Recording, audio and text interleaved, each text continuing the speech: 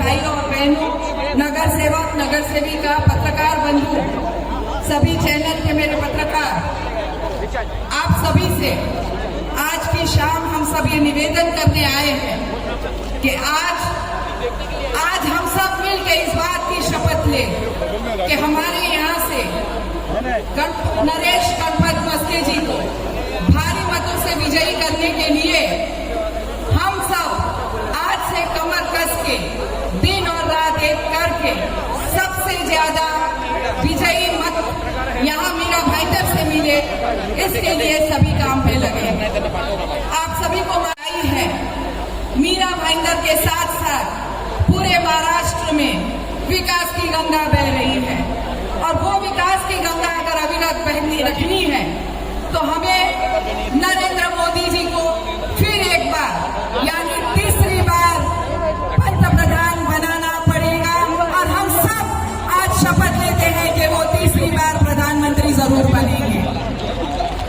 माननीय देवेंद्र जी यहाँ आए हैं और अब सबको पता है कि देवेंद्र जी का प्यार मीरा भाईंदर पे सालों से बहुत रहा है और देवेंद्र जी यही प्यार आपका अविरत इस शहर पे रहे, ऐसी कामना करती हूँ, क्योंकि ये प्यार जब राशि के स्वरूप में मीरा भाईंदर के विकास कामों में बरस, यहाँ उत्साहित होकर दुगने उत्साह से काम करते हैं।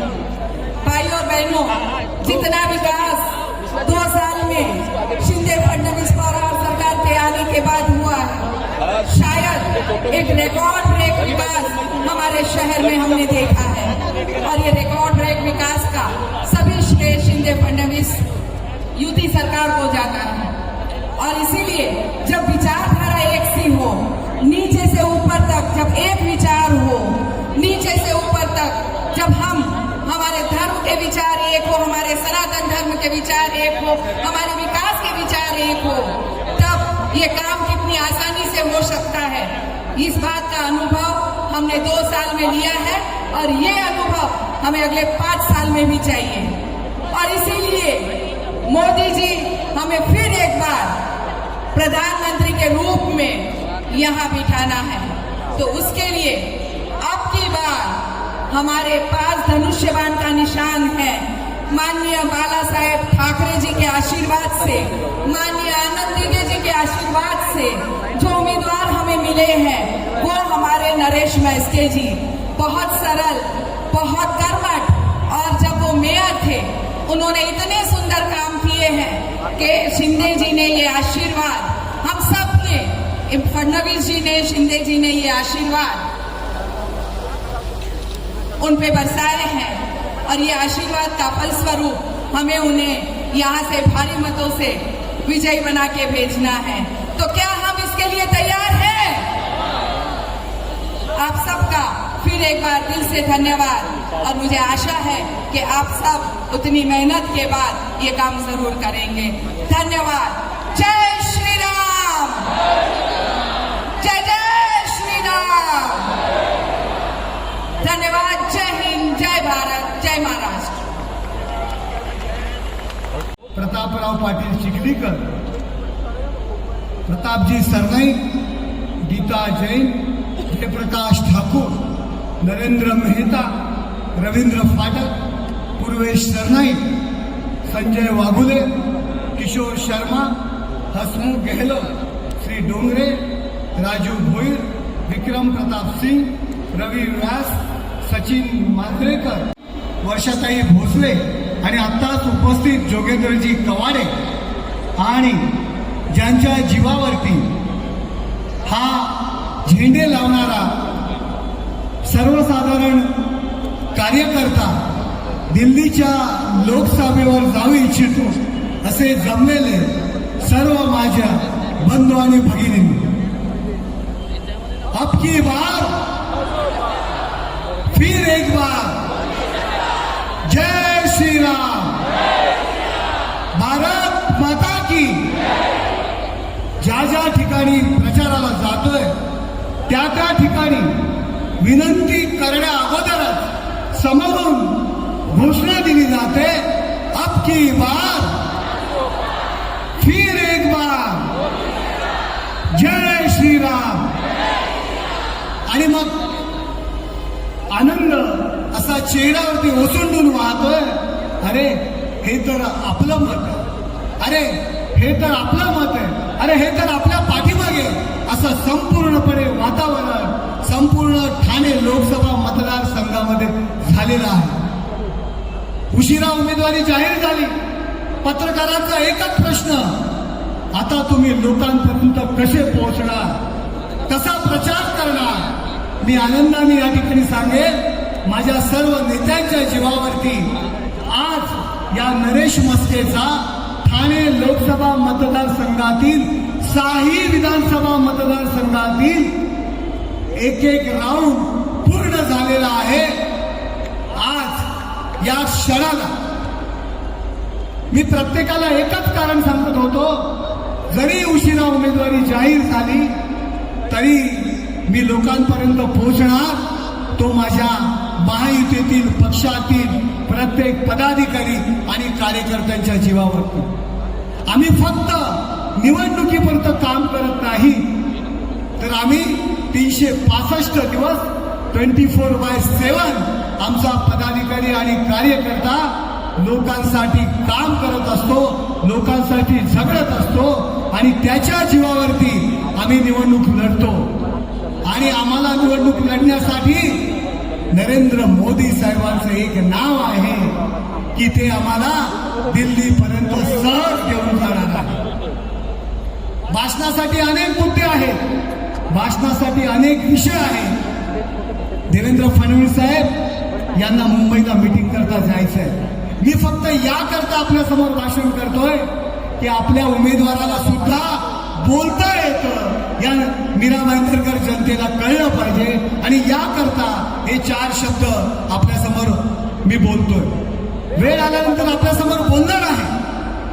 फक्त मला एवढंच आपल्याला हात जोडून विनंती करायचे की सर्वसाधारण कार्यकर्ता, झेंडे लावणारा कार्यकर्ता, बोर्ड लिहिणारा कार्यकर्ता, अशा जाहीर सभांचं नियोजन करणारा कार्यकर्ता हा सुद्धा खासदार होऊ शकतो. याचं एक मूर्तिमंत उदाहरण म्हणजे नरेश मस्के. आणि ते केवळ माननीय नरेंद्र मोदी साहेबांचा आशीर्वाद, माननीय मुख्यमंत्री एकनाथ शिंदे आणि उपमुख्यमंत्री देवेंद्र फडणवीस साहेब यांचा आशीर्वाद, यामुळे या सर्व गोष्टी शक्य झाल्या. मी माननीय देवेंद्र फडणवीस साहेब यांचे मी आभार मानतो की माझ्यासारख्या एक तळागाळातील कार्यकर्त्याला, ज्यांनी विद्यार्थी दशेपासून या पॉलिटिक्समध्ये सुरुवात केली, त्या कार्यकर्त्यांच्या पाठीवर तुम्ही हात ठेवला आणि आज कार्यकर्ता दिल्लीपर्यंत पोहोचवताय. सर्व कार्यकर्ते कामाला लागलेले आहेत. आपल्याला देवेंद्र फडणवीस साहेबांचे विचार ऐकायचे. मी हात जोडून आपल्याला विनंती करतो, आपण ज्या विश्वासाने माझं काम करताय त्या विश्वासाला कदापि तडा जाऊन देणार नाही. आणि या नरेश मस्केला मतदान केलं याची कधीही तुम्हाला लाज वाटणार नाही. असे कृत्य मी करणार नाही. कायम आपल्याला अभिमान राहील की आम्ही जो निवडून दिलेला खासदार आहे तो आमचे प्रश्न दिल्लीमध्ये मांडतोय, आमच्यापर्यंत येऊन पोहोचतोय. अशाच पद्धतीचे काम मी तुमच्यासाठी करेल. एवढंच बोलतो आणि माझे 2 शब्द या ठिकाणी संपवतो. जय हिंद, जय महाराष्ट्र, जय श्रीराम. बहुत बहुत धन्यवाद नरेश मस्के जी, जिन्होंने भारत के साथ साथ विशेष करके मीरा भाईंदर की धरती पे विकास के माध्यम से उनका विशेष आशीर्वाद रहा. ऐसे देवेंद्र जी फडणवीस का मैं हार्दिक अभिनंदन और स्वागत करता हूँ. उसी कड़ी में मंच पे नांदेड़ लोकसभा की यशस्वी लोकसभा सांसद जिन्होंने ऐतिहासिक काम 2019 में किया और फिर से भारतीय जनता पार्टी ने उनको उम्मीदवार बना के चुनावी समर में भेजा, फिर से वो खासदार के रूप में चुन के आएंगे. ऐसे माननीय श्री प्रताप पाटिल चिखलीकर साहब का मैं हार्दिक अभिनंदन और स्वागत करता हूँ. मंच में भाजपा महाराष्ट्र के प्रदेश उपाध्यक्ष श्री जयप्रकाश ठाकुर जी का मैं हार्दिक अभिनंदन और स्वागत करता हूँ तथा पूर्व महापौर डिम्पल जी मेहता, अनीता पाटिल जी, संदीप राणे जी, पूर्व महापौर मैडम तथा राजू जी भोईर, एडवोकेट रवीश व्यास जी, सचिन मधुरेकर जी, निशाताई नरवेकर तथा सम्मानित मंच सामने बैठे हुए मीरा भाईंदर के सभी सम्मानित नागरिक, भारतीय जनता पार्टी, महायुति तथा शिवसेना, आरपीआई, मनसे, राष्ट्रवादी के सभी पदाधिकारी, कार्यकर्ता और सभी नागरिक बंधुओं को मैं बहुत बहुत हार्दिक और अभिनंदन स्वागत करता हूं। ये 2024 चुनावी समर जो ये बिगुल बजा है भारत के लोकतंत्र का, इसमें हम सब कह रहे हैं कि यहाँ का उम्मीदवार हम सबके लोग लाडले पदाधिकारी, कार्यकर्ता नरेश मस्के जी है।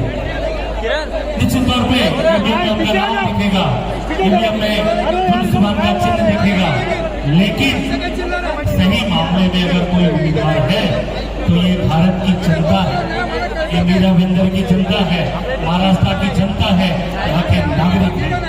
क्योंकि जब से मैं चुनावी समर में घूम रहा हूँ, चाहे हमारा मीरा भाईंदर शहर हो या महाराष्ट्र का दूसरा कोई भी शहर हो, जनता खुद ये चुनाव लड़ रही है, अपना चुनाव मान के लड़ रही है। अब की बार फिर एक बार हमारी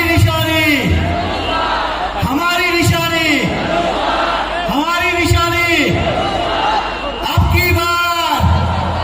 धन्यवाद। आज के इस सभा में उपस्थित मंच पे हम सबके आदरणीय नेता, महाराष्ट्र के उप मुख्यमंत्री आदरणीय देवेंद्र फडणवीस जी, मंच पे उपस्थित हमारे उम्मीदवार नरेश मस्के जी, हमारे विधायक प्रताप जी सरनाईक, गीता जी जैन, मंच पे उपस्थित रूपाली जी गांगुली जी, सभी सम्मानित मंच, आप सभी का स्वागत है।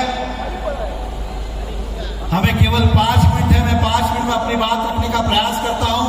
मैं इतना ही आपसे कहना चाहता हूं, हमें मौका मिला है फिर से मोदी जी का ऋण चुकाने का। हम देशवासियों के लिए, हमारी आस्था के लिए, हमारी श्रद्धा के लिए, हमारी रक्षा के लिए, हमारे विकास के लिए जो जो मोदी जी ने किया है, उनका आज हम सबको मौका मिला है, मतदान के रूप में हम उनको फिर से विजयी बनाए। इसलिए देश के प्रधानमंत्री फिर नरेंद्र मोदी जी हो, इसके लिए नरेश मस्के जी को वोट देना है।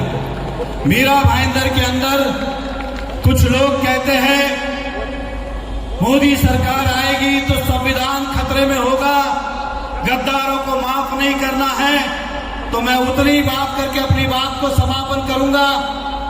कहते हैं कि सबसे श्रेष्ठ कोई दान होता है तो मतदान होता है। मतदान जीवन का सबसे महंगा दान है। व्यक्ति अपने परिवार के लिए, अपने देश के लिए, स्वयं के लिए 5 साल में एक बार मौका मिलता है अपना दान करने के लिए, मतदान करने के लिए। ये वही राजन विचारे हैं जिन्होंने मोदी जी के नाम पे वोट लिए, आपका विश्वासघात किया, वोट मोदी जी के नाम पे लिए और जाके बैठे कांग्रेस के साथ। तो बताइए गद्दार कौन? ऐसे गद्दारों को सबक सिखाना है कि जिन्होंने मोदी जी के साथ साथ जनता का विश्वासघात किया है, और जो जनता का विश्वासघात करता है उसे ना देश माफ करता है ना जनता माफ करती है। और कुछ लोग हमारे यहाँ के नेता कांग्रेस के, वो कहते हैं बार बार हर भाषण में संविधान खतरे में है। मैं उनसे इतना ही कहना चाहता हूँ, इतना ही संविधान से आपको प्रेम थी, मोहब्बत थी, तो पूरे देश में आपने संविधान क्यों नहीं लागू किया? कश्मीर में क्यों नहीं लागू किया? और जिसने संविधान लिखा, ऐसे महापुरुष डॉक्टर बाबा साहेब अम्बेडकर, माननीय उप मुख्यमंत्री जी, त्यावेळी ज्यांची सरकार होती, केंद्रात त्यांची सरकार, महाराष्ट्रात त्यांची सरकार, महापालिकात त्यांची सरकार, डॉक्टर बाबा साहेब अम्बेडकर जी का जब पुतला मीरा भाईंदर में लगाने का था, 2 साल गोडाउन में बंद करके रखा। आपने जितना बड़ा पाप किया है, डॉक्टर बाबा साहेब अम्बेडकर के पुतले को 2 साल गोडाउन में रखा, उसे सम्मान पूर्वक विराजित करने का काम किया, तो उस समय देवेंद्र फडणवीस जी की सरकार ने किया है और हमने किया है। इसलिए हमें मत सिखाइए कि हमें कितना प्रेम है, कितना स्नेह है। इस मीरा भाईंदर के अंदर बुद्ध विहार बांधने का सारे कायदों के अंदर बदलाव करके अगर बुद्ध विहार किसी ने बांधने का किया तो आदरणीय देवेंद्र फडणवीस जी ने किया। इसलिए हमें कितना प्यार है, हमें मत सिखाइए। और ये वही कांग्रेस के नेता यहाँ के, जब कसाब ने हमारे हीरो